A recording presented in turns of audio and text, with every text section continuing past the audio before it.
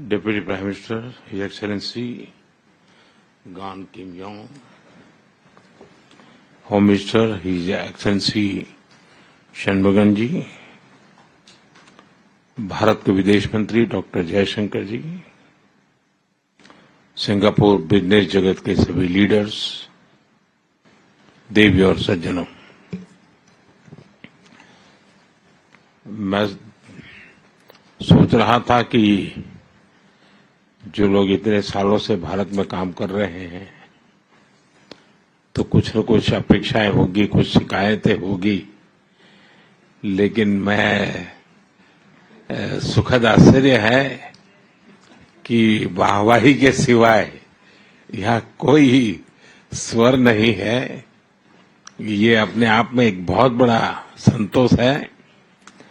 और मैं अपना बात शुरू करने से पहले मैं क्वेक क्वांग मंग को कहना चाहूंगा, उनका मीठा पान। देखिए, हिंदुस्तान में जब भी पान की चर्चा होती है तो बनारस के बिना अधूरी रहती है। और मैं बनारस का सांसद, अगर आप पान खाने का सचमुच में मजा ले रहा है तो आपको अपना कोई इन्वेस्टमेंट काशी में करना चाहिए।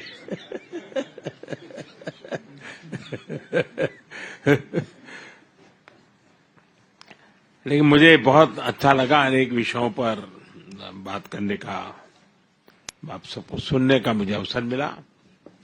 मैंने देखा कि एक विषय जो प्रमुख रूप से नजर आ रहा है वो स्किल डेवलपमेंट का आ रहा है।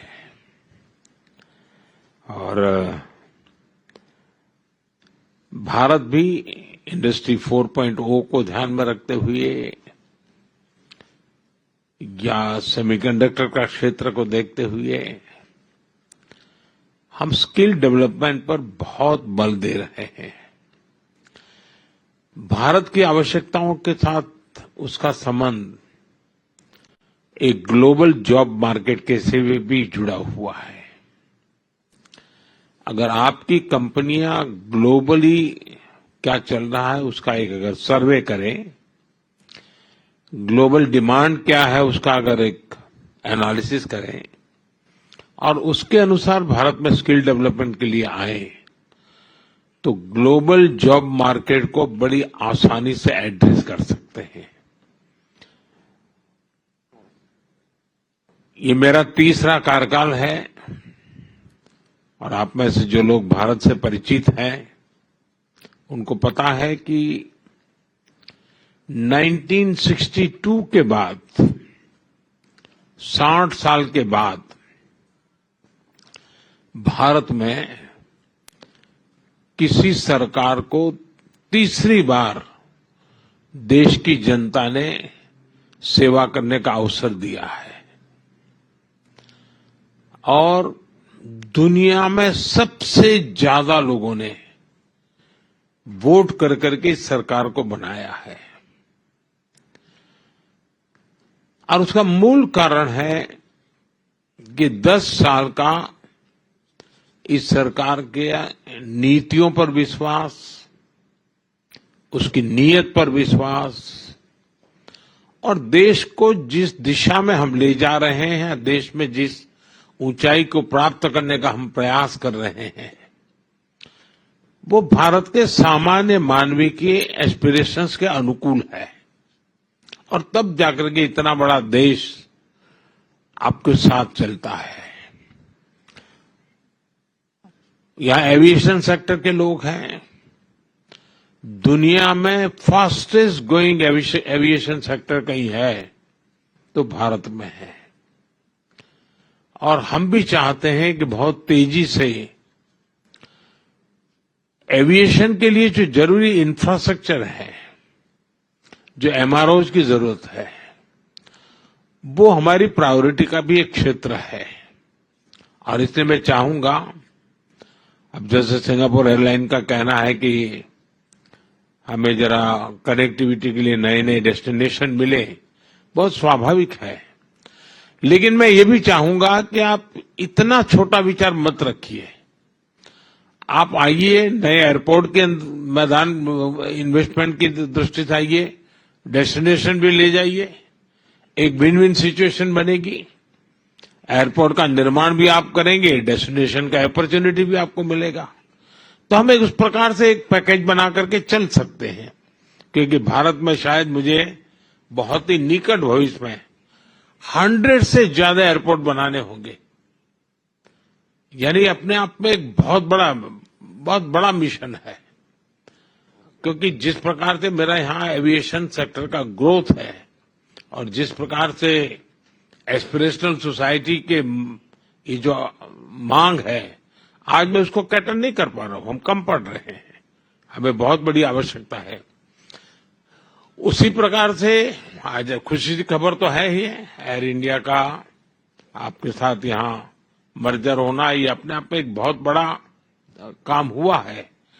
लेकिन ये भी हम सोचे कि Bharat with in India domestic air traffic के लिए हम चाहते हैं कि कंपटीशन की स्थिति बने, अधिक कंपनी आए। आज वो स्थिति नहीं है, बहुत पूरा स्काई ओपन पड़ा है जी। और मैं चाहूंगा कि आप में से जो कंपनियां उस दिशा में भी आगे आना चाहती हैं, तो उसके लिए भी अवकाश है।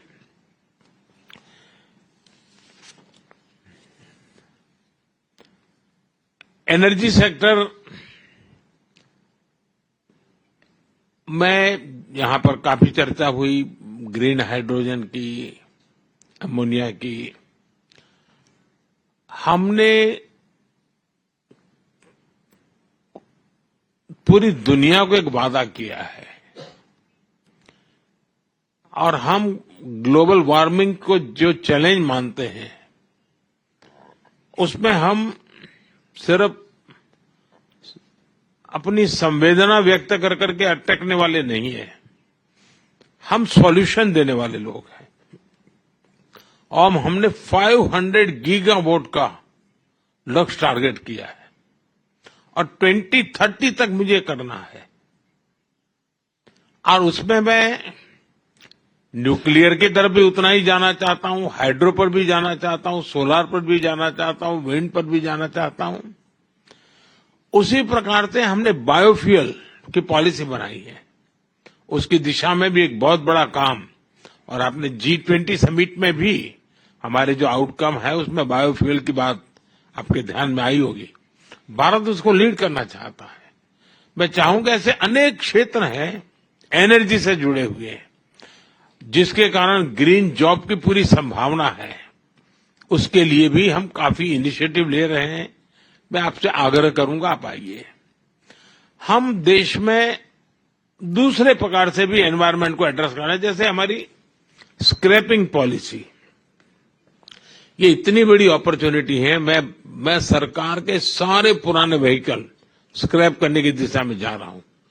इतने बड़े देश में सारे पुराने व्हीकल स्क्रैप होना यानी इतना बड़ा काम है। अगर आपकी कंपनियां मान लीजिए इन्वेस्टमेंट करें या खुद उस दिशा में आए, और उसके कारण इलेक्ट्रिक व्हीकल का बहुत बड़ा नया मार्केट बनेगा। जैसे मेरे मन में है कि मैं मेरे देश की मेरी पहली प्रायोरिटी सारे एम्बुलेंसेस, जितने पुराने एम्बुलेंस हैं, उन सारे एम्बुलेंस को स्क्रैप कर देना और उन सबको नए, और वो भी हाइब्रिड इलेक्ट्रिक व्हीकल भी हो और हमारे जो रेगुलर जिस प्रकार का फ्यूल का उपयोग करते हैं, ताकि कभी एम्बुलेंस को रुकने की नौबत ना आ जाए। अब आप कल्पना कर सकते हैं हिंदुस्तान जैसे इतने बड़े देश में कितनी बड़ी आवश्यकता होगी पब्लिक ट्रांसपोर्ट। तो स्क्रैपिंग का एक ऐसा बड़ा क्षेत्र है, अगर आप वहां की कंपनियों को फाइनेंस की मदद कर सकते हैं और थोड़ा शुरू में, क्योंकि एक प्रकार से ग्लोबल गुड के लिए है, ये एनवायरनमेंट की दृष्टि से बहुत बड़ा काम है, तो आपके लिए एक बहुत बड़ा अवसर के रूप में। आप जानते हैं, मैं पहले भी कह चुका हूं, रिफॉर्म के क्षेत्र में मेरी सरकार बहुत प्रतिबद्ध है और हम रिफॉर्म हमारे देश की आवश्यकता, हमारे देश के भविष्य को ध्यान में रख के करें, लेकिन हम ग्लोबल स्टैंडर्ड को मीट करने वाले रिफॉर्म्स भी कर रहे हैं। और हम रिफॉर्म हमारे देश की आवश्यकता, हमारे देश के भविष्य को ध्यान में रख कर कर रहे हैं, लेकिन हम ग्लोबल स्टैंडर्ड को मीट करने वाले रिफॉर्म्स भी कर रहे हैं। और रिफॉर्म, परफॉर्म, ट्रांसफॉर्म करके संकल्प को लेकर के हम चल रहे हैं।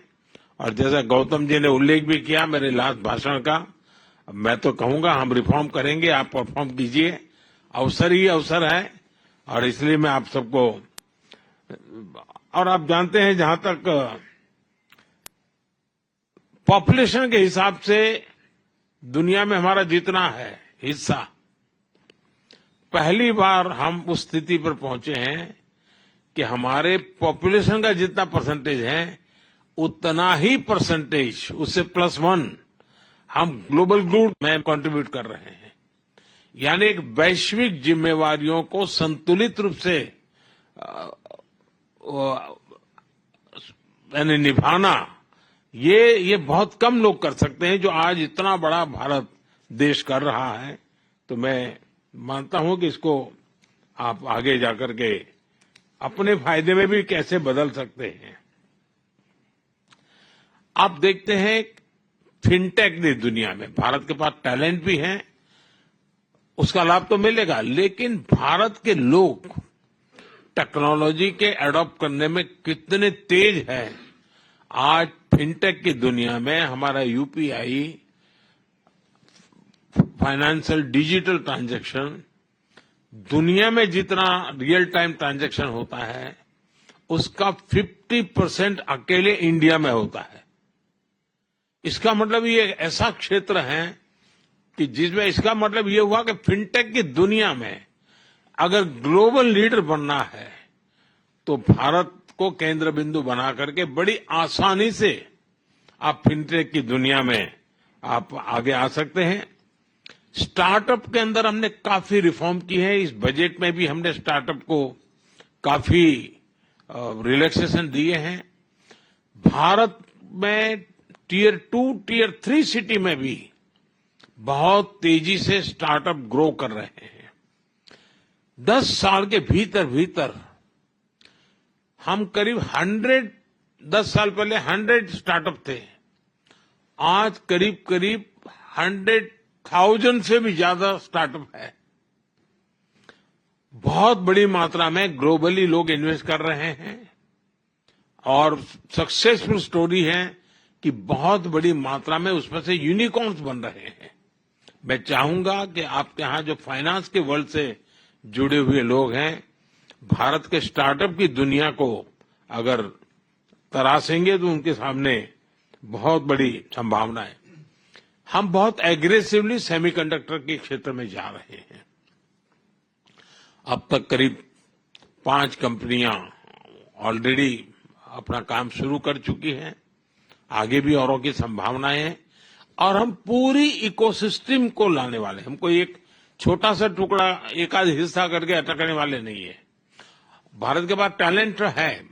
आज दुनिया में जितने भी चिप्स हैं, अगर उसका राइटिंग का काम है में हो रहा है, सब बड़ी कंपनियों के रिसर्च यूनिट वहीं पर है। अब हम चाहते हैं कि हम खुद ही यहां पर उस दिशा में आगे बढ़े, तो आपके लिए वो भी एक बहुत बड़ा स्कोप है। भारत में एक स्टेबिलिटी है, पॉलिटिकल स्टेबिलिटी है, लेकिन हम हमारी नीतियों में प्रिडिक्टेबल नीतियां लेकर के चल रहे हैं, लेकिन प्रोग्रेसिव पॉलिसी लेकर के भी चल रहे हैं। हम दुनिया में जो भी संभावना है उन नीतियों को और के लिए काफी ओपन हो, कोई सीक्रेसी और फिर बाद में जाकर के कुछ दूसरा और फिर कोई तीसरी डेफिनेशन, हम उस दिशा में जाने वाले लोगों में से नहीं है। एंड एक ट्रांसपेरेंसी के साथ, पूरे कमिटमेंट के साथ दुनिया के सब लोगों को बता रहे हैं। आज मैं सिंगापुर में इतने बड़े महत्वपूर्ण फोरम में बैठा हूं तो मैं याद दिलाना चाहता हूं, भारत तो प्रगति कर रहा है, लेकिन भारत में जो सरकार है वो सरकार पिछले 10 साल में जो काम किया है उससे 3 गुना काम इस 5 साल में करने के मिजाज से काम कर रही है। वो विश्वास लेकर के हम कर रहे हैं। अभी मेरी सरकार नहीं हुए हैं, अंदर सिर्फ हमारे जो नीति निर्णय हुए हैं, शायद दुनिया के किसी देश में 5 साल में जो निर्णय नहीं हो सकते होंगे, वो मेरे 100 डेज में हुए हैं। हमारी स्पीड है, स्केल भी आप कल्पना कर सकते हैं। सिर्फ हमने गरीबों के लिए घर बनाए, 4 करोड़ घर। अब ये यानी कितने सिंगापुर बन जाए, 4 करोड़ घर, यानी ये स्केल है। हमारे यहां करीब 100 सिटीज मेट्रो बनने वाला है। कितना बड़ा काम, बहुत तेजी से हो रहा है। बहुत तेजी से हमारे यहां ग्रामीण जीवन अर्बनाइजेशन की तरफ। अब अर्बन इंफ्रास्ट्रक्चर एक बहुत बड़ा काम है, नए सिटीज की हमारी जरूरत है, वो एक बहुत बड़ा काम है। यानी मैं कहता हूं कि स्काई इज द लिमिट वाली व्याख्या भी भारत के लिए छोटी पड़ती है, क्योंकि हम तो स्पेस में भी उतना ही काम कर रहे हैं।